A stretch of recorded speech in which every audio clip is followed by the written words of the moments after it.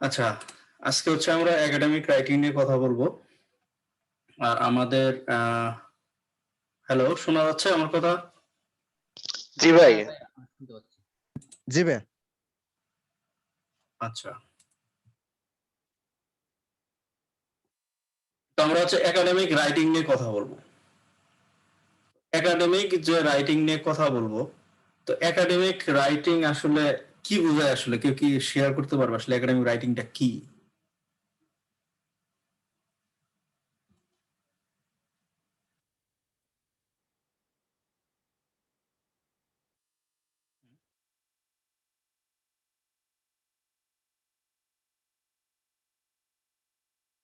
Hello?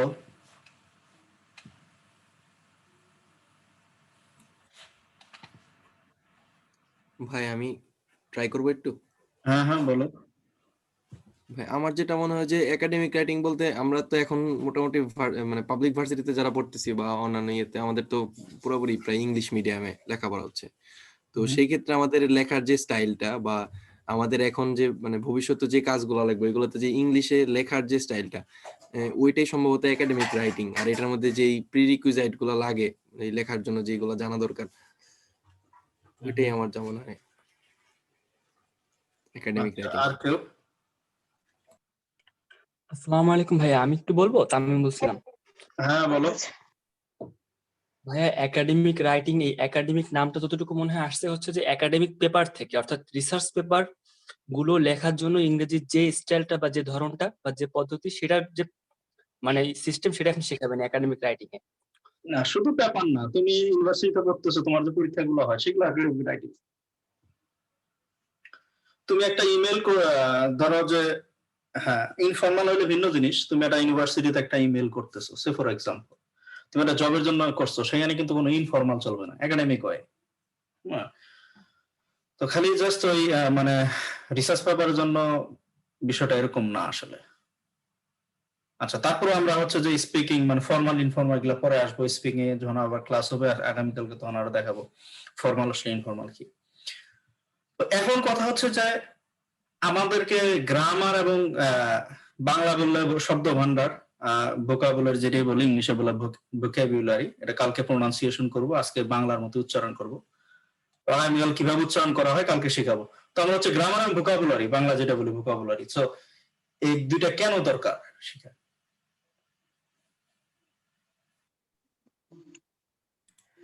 Grammar হচ্ছে কোন নিয়মে আমরা কোন নিয়মে আমরা মানে কথা বলবো, ইংলিশে কথা বলবো সেই নিয়মটা দেখাবে। আর ভোকাবুলারি তো কোনো শব্দ, মানে যে শব্দ, প্রতিটা আমি শব্দ উচ্চারণ করতে, এই শব্দ ছাড়াই তো কোনো দিন কথা বলা সম্ভব না, শুধু হাতের ইশারা কিংবা সিম্বল দিয়ে তো সম্ভব না। এই জন্য ভোকাবুলারি লাগবে। আর গ্রামারটা হচ্ছে আমার এই নিয়মটা শেখাবে। বাবুল বলো। ভাই হচ্ছে আমার কাছে যেটা মনে হয় grammar is system of language. একটা ল্যাঙ্গুয়েজের সিস্টেমটা কি? তো সেটা হচ্ছে গ্রামার গুলো হচ্ছে মূলত বোঝাচ্ছে যে রুল বোঝাচ্ছে যে আমার গ্রামারটা আমি যে বলবো, এই ল্যাঙ্গুয়েজটা যে বলবো, এই ল্যাঙ্গুয়েজটা সিস্টেমের মধ্যে অনেকগুলো রুল থাকে, সেটা আচ্ছা মূলত হচ্ছে গ্রামার বোঝায়। আচ্ছা, অনেকে আর আর যুক্তি দেয় যে গ্রামার দরকার নাই, ইংলিশ বলতে গেলে বা লিখতে গেলে গ্রামারতে কি হবে, এটার আসলে কতটুকু মানে গ্রহণযোগ্য?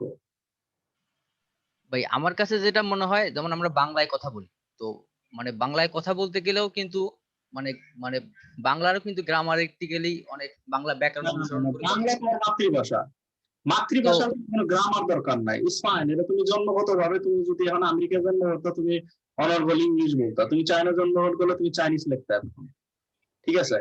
মানে যেটা মাতৃভাষা সেটা বাদ দিয়া সেটার ক্ষেত্রে যুক্তি ফাইন যে আমার গ্রামার দরকার নাই, বাই ডিফল্ট তুমি জানো না। কিন্তু যখনই তুমি অন্য ভাষা জানতে চাবা, এখন একটা লোকরে যদি তুমি আমেরিকার লোকরে বাংলা বলতে দাও, ও কি পারবে গ্রামার না যায় না? এটা এটা সম্ভব না ভাই, এটা কখনোই সম্ভব না। মানে গ্রামার বা এগুলো ওইটা ফাঁকা রুল না আওয়াজ জেনে দেয় আসলে, বলা সম্ভব না। ফাঁকা আওয়াজ দেয় আসলে, এগুলো কোনো ফাঁকা আওয়াজের কোনো ভ্যালু নাই। এটা কারণ কি, কিছু কোচিং সেন্টার করে, আমি নাম বলতেছি না, আমি দেখছি ফাঁকা আওয়াজ দেয় গ্রামার শিখতে হবে, কিন্তু পোলাপানে প্রথমে ভর্তি করায় যে গ্রামার শিখতে হবে না, পোলাপান যায়, যার পরে আবার ঠিকই গ্রামার শিখে। আরে গ্রামার ছাড়া তো সম্ভব না। হ্যাঁ, আরো দুজন হাত উঠাইছিল, কে কে?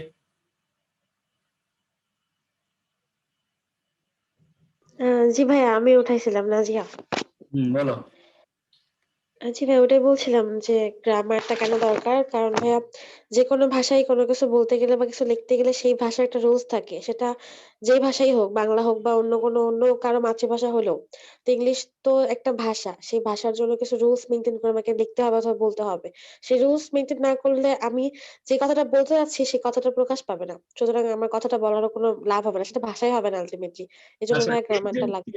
আমি একটা উক্তি দিছি আমাদের ইংলিশ কর্নারে। হ্যাঁ, তো আমার ক্ষুদ্র জ্ঞানে যতটুকু মনে হয়েছে, ইংলিশ মানে হচ্ছে এটা সিম্পল একটা ইকুয়েশন, লিনিয়ার ইকুয়েশন। সো এখানে গ্রামার, ভোকাবুলারি, ফনেটিক্স এই তিনটা কেন দরকার আসলে?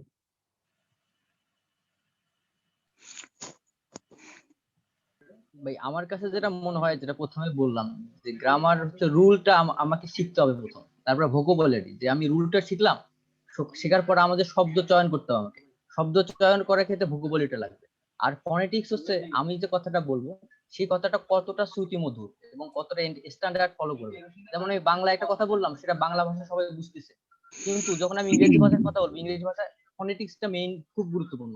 কারণ ফনেটিক্স যদি না থাকে, আমি ইংলিশটা, অন্য একজন ইংরেজি বলতেছে, ওই ইংলিশটা আমি বুঝতে পারবো না। যেমন আইপি, ইন্টারন্যাশনাল ফনেটিক্স অ্যালফাবেট, সেটা হচ্ছে একটা নির্দিষ্ট স্ট্যান্ডার্ড মেইনটেইন করে, সব ভাষারই সাথে কোলাবোরেশন করে একটা আইপি, ইন্টারন্যাশনাল ফনেটিক্স অ্যালফাবেট তৈরি করে দিচ্ছে তারা। এটাই হচ্ছে স্ট্যান্ডার্ড কথা। এটার উপর ভিত্তি করে আমরা সবাই ইংলিশে কথা বলবো, এবং শোনার ক্ষেত্রে এটা গুরুত্বপূর্ণ।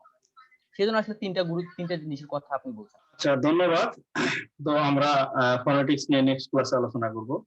তো আমরা বুঝলাম যে গ্রামার আমার দরকার আছে। আমি একটা কথা সেটা অতীতে বলা দরকার। আমি যদি সেখানে গ্রামার না ইউজ করে আমি ফিউচার করি, তাহলে তো ইট ডাজন্ট মেক সেন্স। হ্যাঁ, ভিন্ন অর্থ চলে আসবে। তো গ্রামারের অনেক প্রয়োগ আছে। তো আমি আমার মতো করে বললেই হবে না, ঠিক আছে? এটাকে সোজা বাংলায় ওই আমাদের ফনেটিক্স এর আপেল চার্জ যেটা বলে কামলার ইংলিশ হয়ে যায় আর কি। আর ভোকাবুলারি অবশ্যই লাগবে। কেন? শব্দ ভান্ডার না বললে তো আমি কিভাবে সেন্টেন্স তৈরি করবো? আমি তো ওই যেরকম হয় স্পিক অনেক সময় আমরা সবই জানি, গ্রামার জানি, কিন্তু আমার সাইফুর স্যার মাঝে মধ্যে দেখায় যে পেটে বোম মারলেও মনে হচ্ছে যে শব্দ বের হয় না। কেন বের হয় না? কারণ তার শব্দ ভান্ডার নাই। আমাকে বলতে হবে, বলতে হলে তো আমার শব্দ ভান্ডার জানতে হবে, থাকতে হবে। আর না থাকলে তো এটা একটা সমস্যা। আচ্ছা, এখানে বলছি যে এই রুট দ্বারা আমি আসলে কি বোঝাচ্ছি? বেসিক, একদম বেসিক বেসিক থেকে। লেভেল থেকে। আচ্ছা, কেন বলবো আমি একটু বলি। ইদানিং কয়েকজন এই ইভেন্ট রিলেটেড বা এর আগেও রিসার্চ সোসাইটির কয়েকজন আমাকে ইমেল করছে। ইমেলটা বোঝার জন্য আমার 5 মিনিট বসে থাকা লাগছে চশমা দিয়া। কেন? শুরু করছে কোথায়, একদম শুরু এবং শেষ চলতে আছে। মানে শুরু করছে হচ্ছে জয়দেবপুর রেল স্টেশন, একদম মনে করেন এয়ারপোর্টে চলে গেছে আমাদের ইয়া পর্যন্ত। এই পর্যন্ত কোনো দাঁড়ি নাই, কমা নাই, সেমিকোলন, কোনো কিছু নাই। ইংলিশে যেটা থাকে মানে পাংচুয়েশন যেটা বলি। আমার মানে অনেকক্ষণ ভেবে আসলে কি বলছে, পরে বুঝে নিচ্ছি যে আসলে এই কথা বলতে যাচ্ছে। তার মানে কি? তার গ্রামারের সমস্যা, বুঝেই না কিভাবে করতে হবে, ওয়ান থিং। তারপরে হচ্ছে আমার এখানে প্রায় 40-50 জন হচ্ছে রিসার্চ গ্রুপে কাজ করে। এরা হচ্ছে সায়েন্টিফিক স্কিল ওদের আছে। যখন রিসার্চ পেপারটা লিখতে দিলাম, কয়েকটা প্রজেক্ট আমাদের অলরেডি লেখা শুরু হয়ে গেছে। তো second project, first research project, দেখা যায় যে কেউ লিখতে পারে না। কারণটা কি? সমস্যাটা হচ্ছে মূলে, সমস্যা হচ্ছে রুটে। আমরা খালি দৌড়াই। ওই যেমন আমি সায়েন্টিফিক যেটা অ্যানালাইসিস, যেরকম আমি ট্রেনিং এর সময় সবসময় বলছি যে একদম বেসিক থেকে শুরু করতে হবে, দৌড়ানো যাবে না। পাইথনে যারা দৌড়াইছে তারা কিছু শিখতে পারবে না, যারা বেসিক থেকে শুরু করছে তারা কিন্তু পরবর্তীতে কোড বুঝবে। তো ইংলিশটা এরকম, আমাদের হচ্ছে রুটের সমস্যা, মূলের সমস্যা, সেখানে না করে আমরা খালি দৌড় পারি। কিভাবে আইএলটিএস 7 উঠানো যাবে, 7 কিভাবে আসবে বা 6 কিভাবে আসবে, আমি কিভাবে ভালো ইয়া করব, আমি এটা খালি ইমেল করতে চাই, কিভাবে ইমেল করতে হবে। সমস্যাটা আমাদের রুটে, মূলে। এখন এই মূলটা হচ্ছে, এখন আমি কেন আমার 520 পিস দিয়ে শুরু করতে হবে?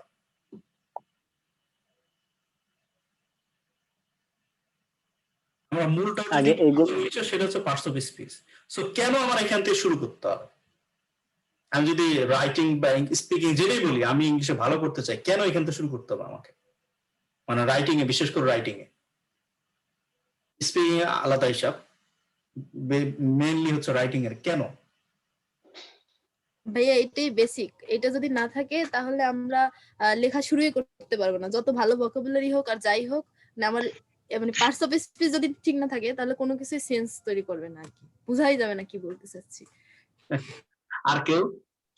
মানে আর একটা ভাইয়া সেন্টেন্সের পার্টস প্রত্যেকটা শব্দ কি কি বলতে চাচ্ছে আসলে, মানে একটা শব্দের তো বিভিন্ন মিনিং হয়, আমরা তো কি সেই আমরা ক্লাস 4-5 থেকে শুরু করে মনে হয় ক্লাস বা ইন্টারমিডিয়েট পর্যন্ত বাংলায় সুন্দর একটা সংজ্ঞা সম্মত পড়ছিলাম, আমি যদি ভুল না করি পথ কত প্রকার মনে হয় পড়ছিলাম, মনে আছে? সেখানে একটা বাংলা সুন্দর একটা জি সংজ্ঞা ছিল। কে বলতে পারবে? বাক্যের ভিন্ন ভিন্ন বাক্যের প্রত্যেকটি শব্দকে এক একটি পদ বলে। হ্যাঁ, মানে সহজ কথা হচ্ছে একটা বাক্য মানে সেন্টেন্স বুঝলাম, তাহলে প্রতিটা পদই হচ্ছে এটা মানে এটা অংশ। তাইলে আমি যদি ওই একটা বাক্যের অংশগুলোই না বুঝি তাহলে তো আর হবে না। আমি ডাক্তারি করতে গেলাম, আমার হিউম্যান বডিতে 206টা হাড় আছে, আমার তো পুরো অ্যানাটমিটা জানতে হবে, হিউম্যান বডিটা সম্বন্ধে জানতে হবে, না জানলে কেমনে আমি পরবর্তী চিকিৎসা করব? তো ইংলিশটা লাইক দ্যাট। আমি যেটা করতে চাচ্ছি একাডেমিক রাইটিং, আমি শুরু একদম বেসিক থেকে রুট থেকে শুরু করব একদম অ্যাডভান্স লেভেল পর্যন্ত, যতক্ষণ পর্যন্ত স্টুডেন্ট মানে ইংলিশের সমস্যাটা শেষ না হয়। আমি দুইটা পার্ট করব, প্রথমে পুরো গ্রামার যে আছে ঝালাই করে নিব, সেকেন্ড পার্টে গিয়ে আইএলটিএস এর যে রাইটিং থাকে প্রথম অংশটা, সেটা হচ্ছে যে বিভিন্ন ফিগার টেবিল থাকলে এগুলো ব্যাখ্যা করতে হয়, এগুলো শিখাবো। এটা শেখানোর সাথে সাথে আমাদের সায়েন্টিফিক যে পেপার গুলো আছে সেখানে আমার ফিগার থাকে, টেবিল থাকে, কিভাবে এখানে শিখা এখানে দেখাবো যে কিভাবে লিখতেছে, ওয়ান থিং। দ্বিতীয় অংশে থাকে রাইটিং এর যে পার্টটা থাকে আইএলটিএস, সেখানে এসে থাকে, তো ওইটা শিখাইলে পরবর্তী সায়েন্টিফিক পেপারে যে ইন্ট্রোডাকশন বা অন্যান্য ডিসকাশন যে সেকশনটা থাকে ওইটার সাথে ওইটা মিল আছে, ওইটা শিখলে ওইটা আমি শিখাবো। এই হচ্ছে একাডেমিক রাইটিং এর একদম মানে IELTS plus scientific paper writing দুইটাই আশা করি শেষ হবে। এরপরে আশা করি যে আমার বিশ্বাস যে রাইটিং এর সমস্যা থাকার কথা না ইনশাআল্লাহ। এটা আমার হচ্ছে যে আমি যখন এই বাংলাদেশে ছিলাম মোটামুটি স্টুডেন্টদের পড়াইতাম, ওখানে আমি একটা ছোট একটা বেসিক গ্রামার একটা ছোট বই লিখছিলাম, জালালস ওয়ান নাইট ফাইট। তো এখান থেকে আমি একটা জাস্ট খালি দিয়ে দিছি, আমি এগুলো পড়াবো না, যেগুলো একদম মানে খুবই বেসিক নিজেদেরকে পড়ে নিতে হবে। তো এখানে হচ্ছে আমরা এগুলো জানি অলরেডি, আমি একটু দিয়ে দিছি ধারণা, আপনারা আবার হচ্ছে পড়ে নেবেন, একটু ঝালাই করে নেবেন। এগুলো আমি নিয়ে আলোচনা করতে চাই না, কারণ এই লেভেলে এসে আলোচনা করা মানে হচ্ছে লজ্জা দেওয়া, ঠিক আছে? বাট আমার যেগুলো আলোচনা করার দরকার আমি সেগুলো আলোচনা করব। এখন এই যে পার্টস অফ স্পিচ আছে এর মধ্যে থেকে আমি কিছু এখানে দিছি, হাইলাইট করে দিছি, এগুলো অবশ্যই জানতে হবে। কেন জানতে হবে? আমরা একটা স্টেপ গেলে বুঝতে পারবো যে আমার কেন জানতে হবে, একটা সেন্টেন্স তৈরি করব। তো আমি এখানে প্রোনাউন থেকে, নাউন না প্রোনাউন থেকে কিছু শিখতে বলছি, ইনডিফিনিট প্রোনাউন, রিলেটিভ, তারপর হচ্ছে ইন্টারোগেটিভ, পসেসিভ প্রোনাউন। এগুলো আসলে কেউ কি বলতে পারবে এক লাইন করে? এগুলার কেন গুরুত্ব আছে আমরা যখনই সেন্টেন্স তৈরি করতে যাবো একটু পরে টের পাবো যে এগুলার গুরুত্ব কি। আসলে আমার যেগুলো গুরুত্ব, যেগুলো আমার লাগবে সেগুলো আমি হাইলাইট করে দিছি, বাকিগুলো আপনার তো রিভাইজ করতে হবে। আর যদি কেউ রিভাইজ না করে আসে, যত স্টেপ যাবে হাই লেভেলে চলে যাবো, তখন কিন্তু ধরা খাবে, বুঝবে না, একটা সেন্টেন্সই বুঝবে না। আচ্ছা, এই প্রোনাউন গুলো কেউ একটু এক লাইন করে বলতে পারবে? একটু মনে করেন আর কি, অতীতে যা শিখছেন। আসসালামু আলাইকুম ভাই, আমি পারবো। হ্যাঁ বলো। বাংলা সংজ্ঞা না, মুখস্থ সংজ্ঞা না, যা বুঝো সেটা কও। সেইটাই, আচ্ছা ঠিক আছে আমি বলি তাহলে। ইনডিফিনিট প্রোনাউন হচ্ছে any type of pronoun that means যে কোনো কিছু অনির্দিষ্ট করে বোঝানো হয়, অনির্দিষ্ট করে কোনো প্রোনাউন যখন বসানো হয়। যেমন যদি বলা হয় উদাহরণ, যে Bangladesh is a small country, যেমন এখানে বাংলাদেশের পরিবার যদি আমরা লিখি যে it is a rich country বা it is a population country, সেক্ষেত্রে ইট যে বসাইলাম যে ইয়ার পরিবর্তে, বাংলাদেশের পরিবর্তে, এটা একটা প্রোনাউন, কিন্তু এখানে ইট হচ্ছে যে এটা ইনডিফিনিট প্রোনাউনের মধ্যে হলো না, রিলেটিভ। রিলেটিভ প্রোনাউন যখন কোনো দুইটা সম্পর্ক বোঝায়, তুমি জাস্ট খালি নেম বলো যে এটা ইনডিফিনিট প্রোনাউন, এটা রিলেটিভ প্রোনাউন, সংজ্ঞা না, কোনো সেন্টেন্স না। একটু পরে আমরা ইনডিফিনিট প্রোনাউন হচ্ছে সাম, তারপরে এনিওয়ান, তারপর রিলেটিভ প্রোনাউন হচ্ছে হু, হু ইজ, হোয়াট, তারপর ইন্টিগ্রেটিভ প্রোনাউন, ওইগুলাই আমার ইন্টিগ্রেটিভ প্রোনাউন, যেমন হু, হু ইজ, হোয়াট, এগুলো অনেকটা অনেক প্রোনাউনের কাজ করে। আবার পসেসিভ প্রোনাউন বললো যে হিজ, মাই, মাইন। আচ্ছা, মডাল ভার্বটা কেন গুরুত্ব শিখা? মডাল ভার্ব তো আসলে ভার্ব তো দুই ধরনের হয়, অক্সিলিয়ারি ভার্ব আর প্রিন্সিপাল ভার্ব। অক্সিলিয়ারি ভার্ব আবার কয়েক প্রকারের আছে, যেমন প্রাইমারি অক্সিলিয়ারি, মডাল অক্সিলিয়ারি। যাও অক্সিলিয়ারি এগুলা তো মোটামুটি আমরা পরিচিত, ওগুলো তো আমাদের লাগবে, কিন্তু তার মধ্যে আমি হচ্ছে মডাল ভার্বটা বেশি করে হাইলাইট করছি, কারণটা কি? কারণ আসলে ভাই মডাল অক্সিলিয়ারি ভার্ব দ্বারা আসলে কোনো কিছুর অনুমতি বোঝায় বা প্রার্থনা বোঝানোর ক্ষেত্রে ইউজ করা হয়, সম্ভাবনা বোঝাতে, যদি হ্যাঁ, বলি আমি সম্ভব না। তো আমাদের একাডেমিক রাইটিং এ যেটা সবসময় লাগে, সবকিছু আমরা হচ্ছে যে সার্টেন না, অনেক বিষয় থাকে এবং বাধ্য না, সেক্ষেত্রে আমাদের মোডাল ভার্বটা লাগবে। প্রায় আমরা ইউজ করি মোডাল ভার্বটা বেশি করে, কারণ অনেক বিষয়। তারপর হচ্ছে স্পিকিং ও লাগবে, একটু পরে যাব। আচ্ছা, তারপরে কনজাংশন নিয়ে কেন এটা হাইলাইট করছি, কোঅর্ডিনেট এবং সাব কোঅর্ডিনেট কনজাংশন সম্বন্ধে কি বলতে পারবে? কোয়াড্রেটে হচ্ছে যখন দুটি সমধর্মী ক্লোজকে যুক্ত করা হয়, হুম, যেমন দুইটা সমধর্মী ক্লোজকে যখন যুক্ত করা হবে সেটাকে কোয়াড্রেটিং কনজাংশন। যেমন যদি বলা হয় Rahim goes to school and he regularly takes it class notes, যেমন একটা সেন্টেন্স বলা হলো, এখানে দুইটা সেন্টেন্সের মাঝে অ্যান্ড বসলো, দুইটা ক্লোজকে যুক্ত করলো, দুইটা সমধর্মী ক্লোজ। আর এটা ইউজ করা মেনলি কম্পাউন্ড সেন্টেন্সে। অন্যদিকে সাবঅর্ডিনেট কনজাংশন ইউজ করা হয় কমপ্লেক্স সেন্টেন্সে, যেখানে একটা প্রিন্সিপাল ক্লোজ এবং একটা সাবঅর্ডিনেট ক্লোজ, দুইটা ক্লোজের মাঝে বসতে পারে, শুরুতেও বসতে পারে।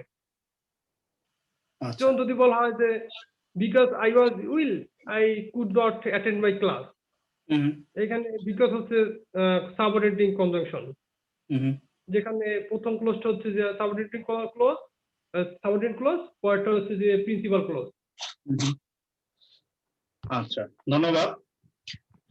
আচ্ছা, এইখানে আমরা একটু দেখি,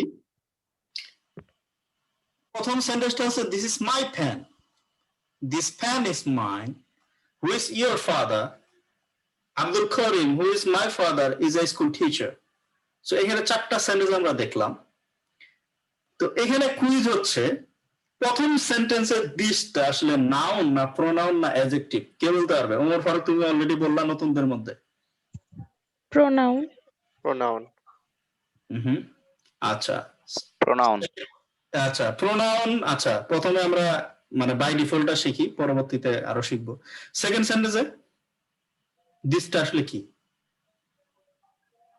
অ্যাডজেক্টিভ। অ্যাডজেক্টিভ। আচ্ছা, প্রোনাউন্সিয়েশন কালকে শিখাবো, অনেকে ভুল উচ্চারণ করতেছে, কালকে শিখাবো। বেসিক রে বলতেছে বেসিক, অ্যাডজেক্টিভ রে বলছে অ্যাডজেক্টিভ, এগুলা কালকে আগামী ক্লাসে এগুলা দাঁড়াই করবো কোথায় ভুল উচ্চারণ। এখন হচ্ছে তাহলে সেকেন্ডটা কেন অ্যাডজেক্টিভ হলো? এখানে নির্দিষ্ট করতেছে নাউন তে মডিফাই করছে। মডিফাই। আচ্ছা, তারপরে সেন্টেন্স 3 নম্বর সেন্টেন্সে হু, এটা এখানে কি নাউন, প্রোনাউন না অ্যাডজেক্টিভ? Pronoun, interrogative pronoun. আচ্ছা, আবার এই 4 নম্বর সেন্টেন্সে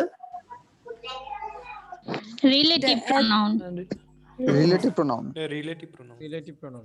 আচ্ছা, এই যে আমি এখানে উদাহরণগুলো দিলাম, এটা আসলে দেওয়ার উদ্দেশ্যটা কি আসলে উদ্দেশ্যটা? যে ভাইয়া একই ওয়ার্ড কখনো প্রোনাউন কখনো অ্যাডজেক্টিভ, মানে তার মানে আমার সমস্যা, আমার যারা ইমেল করছে, যারা ভুল ইমেল করছে, যারা লিখতে পারে না পেপার, তাদের সমস্যাটা কোথায়? পার্টস অফ স্পিচ এখানে এসে বুঝে না, এই রূপগুলা চিনতে হবে। আমরা যখন কেমিস্ট্রিতে পড়তাম, বায়োকেমিস্ট্রিতে ওই কার্বন খুব পরিবর্তন হয়, ওর মনে হয় কতগুলা রূপ ধারণ করতে, কার্বন বিভিন্ন জায়গায় ব্যবহার হয়। তো এই যে জিনিসটা হাজরা বলল যে আসলে বিভিন্ন রূপ, এই হুটা এখানে প্রোনাউন, আবার হুটা কিন্তু এখানে ইন্টারোগেটিভ প্রোনাউন ছিল, আবার রিলেটিভ প্রোনাউন হয়ে গেল, একই জিনিস। তাহলে সে কি হতেছে, আবার দিসটা সেখানে সে প্রোনাউন ছিল, আবার সেখানে অ্যাডজেক্টিভ হলো, ঠিক আছে? তো এই যে চেঞ্জ হচ্ছে, এই যে রূপের চেঞ্জ হচ্ছে, এগুলা যতক্ষণ পর্যন্ত আমি না বুঝবো, যে একটা কথা বলছি মেডিকেল সায়েন্সে, যতক্ষণ পর্যন্ত আমি অ্যানাটমি না বুঝবো, 206টা হাড় ভালো করে আমি না বুঝবো, আমার শরীরটা পুরো কোথায় শিরা উপশিরা কি আছে, ওই পর্যন্ত আমি একটা ভালো ডাক্তার হতে পারবো না, ঠিক আছে? তো এই সেম জিনিস যারা দৌড়ায় যাবে, আমি বললাম দিন শেষে ওরা কিছু শিখতে পারবে না। আর আমি এটাও বলে রাখি, কোন কোচিং সেন্টারে, আইএলটিএস কোচিং সেন্টারে এগুলা শেখায় না। আইএলটিএস কোচিং সেন্টারে যেটা শেখায়, আপনি অলরেডি গ্রামার শিখে আসছেন, ভোকাবুলারি আপনার সবই ঠিক আছে, আপনি কিভাবে রাইটিং এ ওই যে পার্টগুলো দেখাবে, পার্ট 1 কিভাবে করবেন, পার্ট 2 তে কি করবেন, কয় ধরনের এসে টাইপ আছে, দ্যাটস ইট। স্পিকিং কিভাবে করবেন, রিডিং মানে দেখাবে কিভাবে, আপনি জাস্ট টেকনিক গুলো দেখাবে। কেউ আপনাকে এই গ্রামার শিখাবে না, হয় আলাদা কোর্স করতে হবে, নিজে শিখে আসতে হবে। সো এই জিনিসগুলো আশা করি যে, আর আমি তো এখানে সায়েন্টিফিক পেপার রাইটিংটা তো শিখাবোই সাথে, তো এটা হচ্ছে কোথাও পাওয়ার সম্ভাবনা নাই। তো আমার কথা কি বোঝা গেল? হ্যাঁ, হাজারা তোমার আটকায় দিছিলাম, আর কিছু বলতে চাও এখানে? না ভাইয়া, এটাই বলতেছিলাম যে সেন্টেন্সে ব্যবহারের উপর বেস করে এটা কখনো নাউন, কখনো প্রনাউন, কখনো অ্যাডজেক্টিভ হয়, এই জিনিসগুলো আর কি। এটা একই আমাদের ওয়ার্ড ভিন্ন রূপ। এক্স্যাক্টলি। জি ভাই। আর এখানে আমি যে নোট করে দিছি এটা পড়ে নেবেন।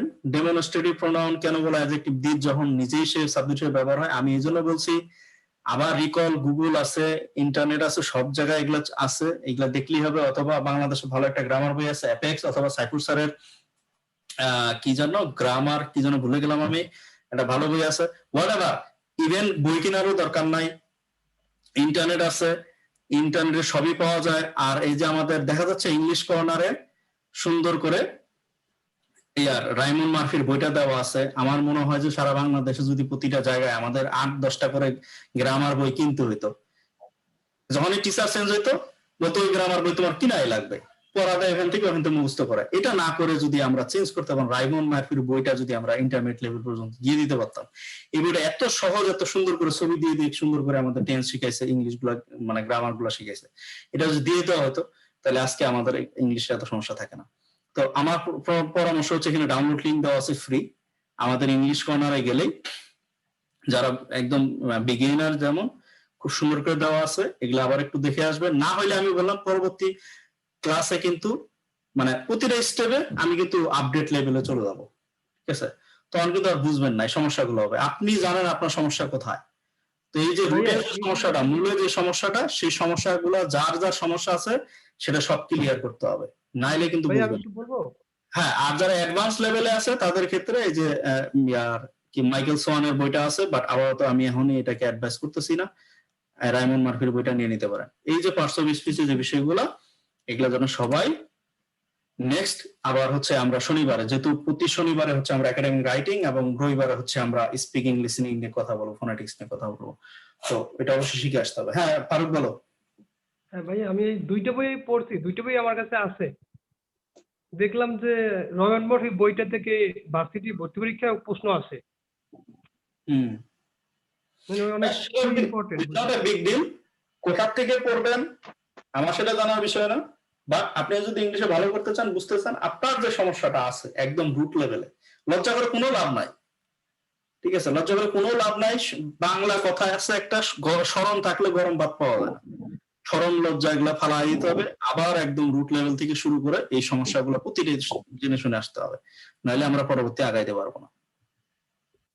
টেন্সের ব্যাপারও সেম কথা, আমি এখানে এগুলো পড়াবো না, পড়ানো মানে এখন লজ্জা দেওয়া। আপনারা আবার দেখে আসবেন কোন কোন পাস্ট ইনডিফিনিট টেন্সে কি কি থাকলে, কি কোন কোন ওয়ার্ড থাকলে, বা গঠনটা কি। আমি মোটামুটি একটু গঠনটা দেওয়ার চেষ্টা করছি, দিয়ে দিছি। বাকিটা আপনার হচ্ছে নিজের মতো করে সুন্দর করে পড়বেন, কেউ দ্রুত যাবেন না।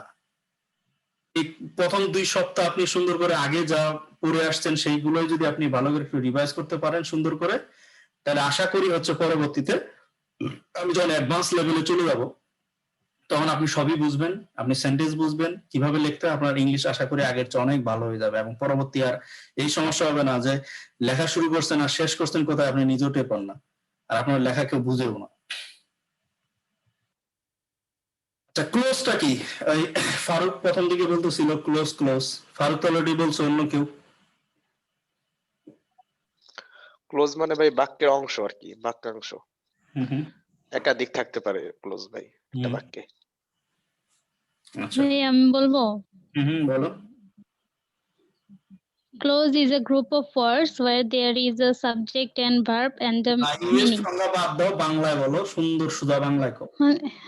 ভাইয়া, ক্লোজ হচ্ছে কয়েকটি শব্দের সমষ্টি, এখানে একটি সাবজেক্ট এবং একটি ভার্ব থাকবে আর একটি অর্থ থাকবে। ক্লোজ ও কয়েক প্রকার হতে পারে, একটা হচ্ছে প্রিন্সিপাল ক্লজ, সাবঅর্ডিনেট ক্লজ, আর হচ্ছে কোঅর্ডিনেট ক্লজ। আর ফ্রেজ আর ক্লজের মধ্যে পার্থক্য হচ্ছে ফ্রেজও কয়েকটা শব্দের সমষ্টি, কিন্তু ওখানে কোনো সাবজেক্ট ভার্ব থাকে না, তবে একটি মিনিং থাকে। আর ক্লোজের মধ্যে একটি সাবজেক্ট একটি ভার্ব থাকে, ফাইনাইট ভার্ব থাকে আর কি। আচ্ছা, এখানে হচ্ছে আমরা তো বলেই আসলো যে ক্লোজ মানে হচ্ছে বাক্যের একটা অংশ থাকবে, তাহলে সাবজেক্ট এবং ভার্ব। আর একটা বাক্য যদি আমরা বলি, বাক্য ওই যে ছোটকালে আমরা পড়ে আসছিলাম, ওই বাংলা সংজ্ঞাটা কে বলতে পারবে?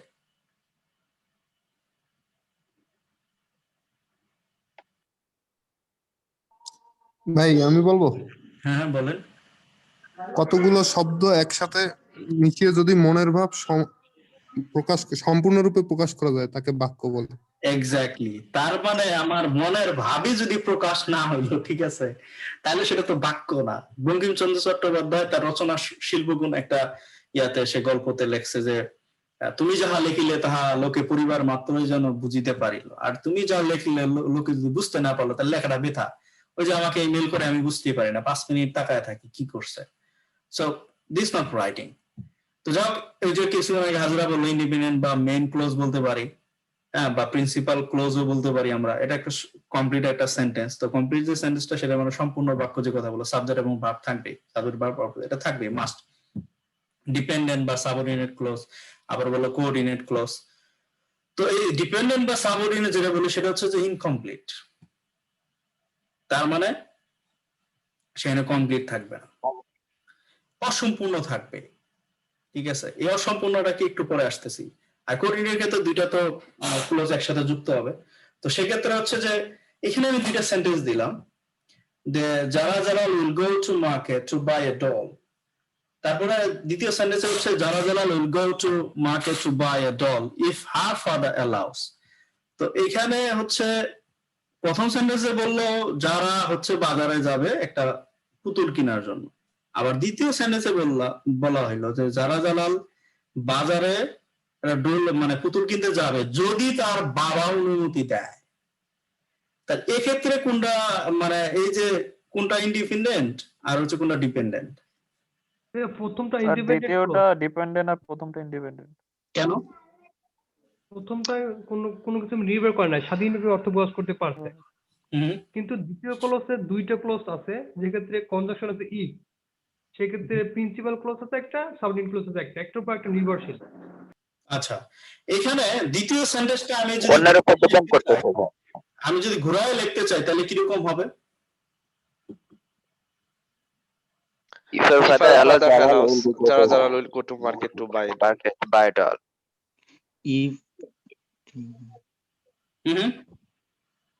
If her father if Zarazalal's father allows her, she will go to market to buy it all. হয়েছে সেন্টেন্স। কিন্তু এখানে আমি যখন আমি ইফ দ্বারা শুরু করলাম তার মানে আমি হচ্ছে সাবঅর্ডিনেট ক্লোজ দ্বারা শুরু করলাম, সেক্ষেত্রে পাঞ্চুয়েশন কি হবে আমার এটা হচ্ছে জানার বিষয়। কমা বসবে ভাইয়া, তার মাঝখানে কমা বসবে কমা সেন্টেন্সে। বসবে। এক্স্যাক্টলি, আমরা যদি একটু পরে এগুলো শিখবো, আমরা নেক্সট ক্লাসে আরো জানবো। সিম্পল কমপ্লেক্স কম্পাউন্ড একসাথে করব, কম্পাউন্ড সেন্টেন্স কমপ্লেক্স সেন্টেন্স একসাথে করব, তারপর আলাদা আলাদা করব। কিন্তু ভাইয়া এখানে তো কমা বসবে না দ্বিতীয় সেন্টেন্সটাতে, কারণ সাবঅর্ডিনেট ক্লজটা লাস্টে বসেছে। যদি শুরুতে বসতো সেন্টেন্সে তাহলে কমা বসতো। আমি তো বলছি ঘুরায় লিখলে, আমি তো এটার কথা বলি না। ও আচ্ছা ঠিক আছে, এটা তো ঠিক আছে। আমি যখন প্রিন্সিপাল, আমি যখন ইফ, আমি আসতেছি এরপরে যখন এগুলা ইয়াতে চলে যাবে, হ্যাঁ অলরেডি তো এটা বলেই ফেলছে, কুইজ দুইটা ছিল, ছোট ছোট কুইজ। তো এটা যখন আমি ঘুরাই দিব, এই রুলসটা অনেকে বুঝে না, যে যখন আমি সাবঅর্ডিনেট কনজাংশন দিয়ে লিখতেছি, ক্লোজ দিয়ে শুরু করতেছি, তো সেখানে একটা কমা হবে, এই পাংচুয়েশনটা অনেকে বুঝে না, না বুঝে সেন্টেন্স লিখেই যায়। এগুলাও শিখতে হবে। তার মানে একটা কমপ্লিট রাইটিং, ভালো রাইটিং শিখতে হলে তারপরে আমরা আগে বেসিকটা শিখাবো, তারপরে অ্যাডভান্স লেভেলে যাবো। যেটুকু আমরা শিখছি, যারা ওখানে অনেকেই হয়তো আসছে যাদের বেসিকটা অলরেডি আছে, বাট অ্যাডভান্স লেভেলে ওই বেসিক সেন্টেন্সটাকে আমরা অ্যাজ ইউজুয়াল যেভাবে সেন্টেন্স লিখি, যখন সায়েন্টিফিক একটা পেপার পড়ি বা আমরা বিভিন্ন পেপার যখন পড়ি, পেপার বলতে হচ্ছে কি বলে পত্রিকাগুলো পড়ি যখন আমরা, হ্যাঁ, তখন দেখি যে আমরা বুঝতে পারি না, অনেক বড় বড় সেন্টেন্স হয়, কখনো কমা থাকে, কোনো ড্যাশ দিয়ে থাকে, অনেক কথা বলে, তারপরে দুইটা কমা দিয়ে মাঝখানে থাকে। তো এই বিষয়গুলো অনেকেই বুঝি না, যার কারণে আমাদের বুঝতেও সমস্যা হয়, পড়তেও সমস্যা। আর আমরা যখন লিখতে যাই আমাদের লেখাটা একদম শর্করার মতো হয়ে যায়, আমিষ পাওয়া যায় না লেখার মধ্যে। তো তাদের জন্য আমরা আস্তে আস্তে অ্যাডভান্স লেভেলে কিভাবে লেখে, কি কি জিনিস আরো অ্যাড করা যায়, অ্যাড করলে একটা সেন্টেন্স সুন্দর হয়, বা সেন্টেন্স গুলো কিভাবে আমরা বড় করতে পারি, আমরা এরপর অবশ্যই শিখবো ইনশাআল্লাহ। এখন আমাদের কনজাংশনটা কেন জানা দরকার? হ্যাঁ বাবুল বলো।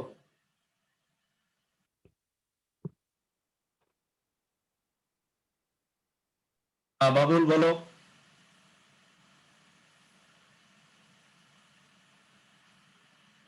হ্যালো,